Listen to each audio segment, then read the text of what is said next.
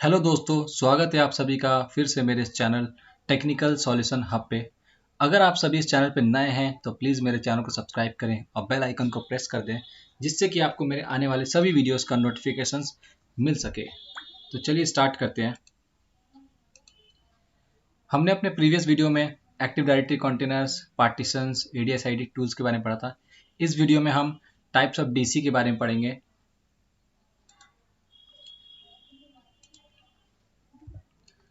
Types of DC, domain controller.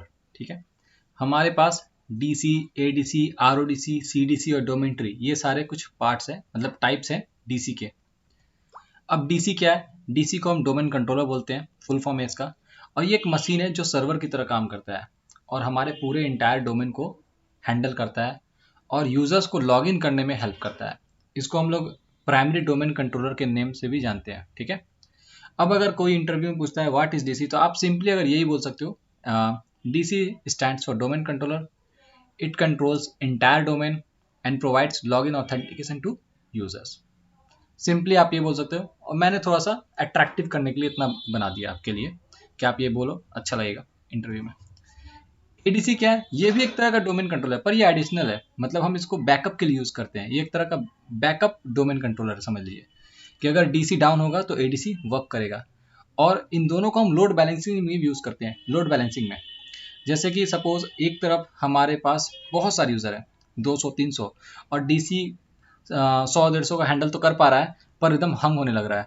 तो क्या करते हैं, फिर एडिशनल डोमेन कंट्रोलर हम प्रोमोट करते हैं, जिससे कि दोनों लोड बैलेंस कर ले और हैंग ना हो और इजिली स्मूथली चले, सारे यूजर्स को लॉगिन ऑथेंटिकेशन मिले, डोमेन वर्क करे अच्छे से।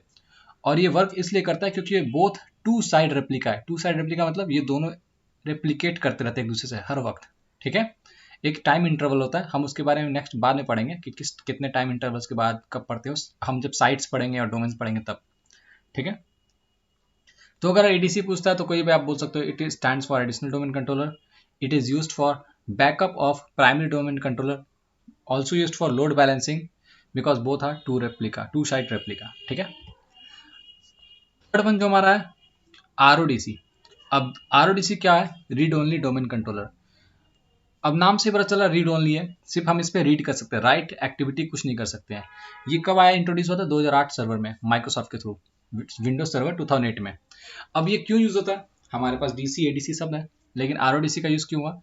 Fast login authentication for remote user. ये आपका सबसे इंपॉर्टेंट पॉइंट है RODC का। अगर आप RODC कोई पूछता है और ये नहीं बोल रहे हो तो फिर वो आंसर गलत है। गलत क्या? वो सेटिस्फैक्ट्री आंसर नहीं है। ठीक है, तो अब सपोज एक रिमोट यूजर है, रिमोट जगह है, एक मतलब आप सोचो दिल्ली में हो, दिल्ली में 200 300 400, जो मैंने आपको ADC या DC के बारे में एक सिनारी दिया।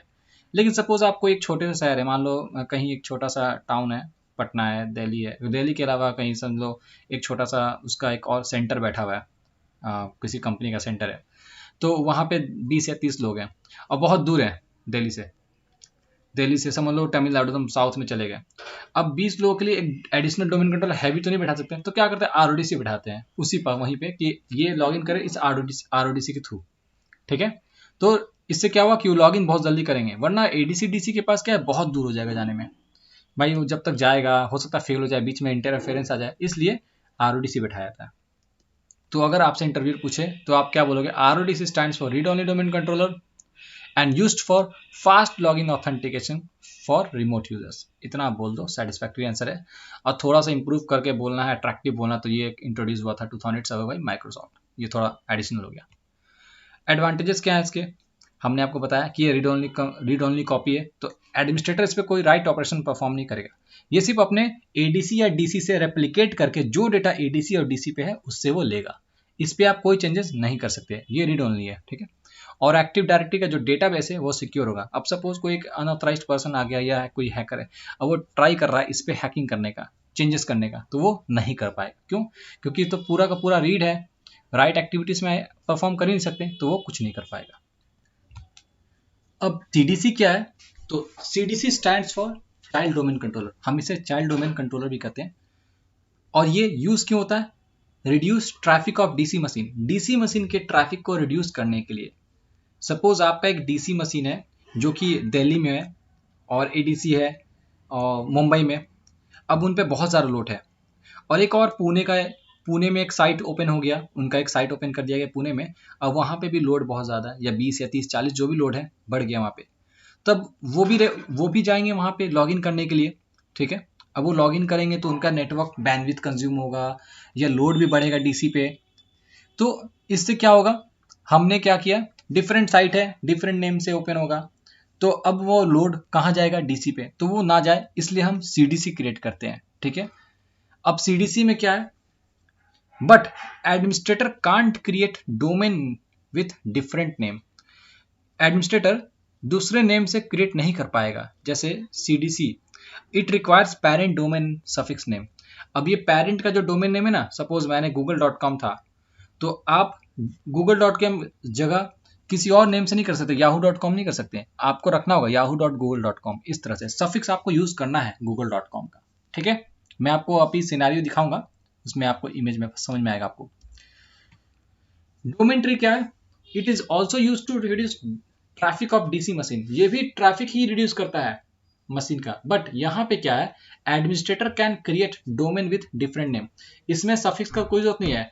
अगर google.com खुला है तो ये yahoo.com भी ओपन कर सकता है, उसी के अंडर में government.com भी ओपन कर सकता है। ये डोमेन ट्री का फायदा है। सीडीसी में आपको कोई भी नेम से रखना है, आप मान लो एजुकेशन रखना है, education.com तो नहीं रख सकते, आपको रखना होगा education.google.com। google.com पेरेंट नेम आपको यूज करना ही करना है, ठीक है। अब हम इस इमेज को देख के समझेंगे। जैसा मैंने आपको बताया कि हमारा जो फॉरेस्ट है वो google.com है, ठीक। maths.com क्या है हमारा, ये भी हमारा डोमेन है।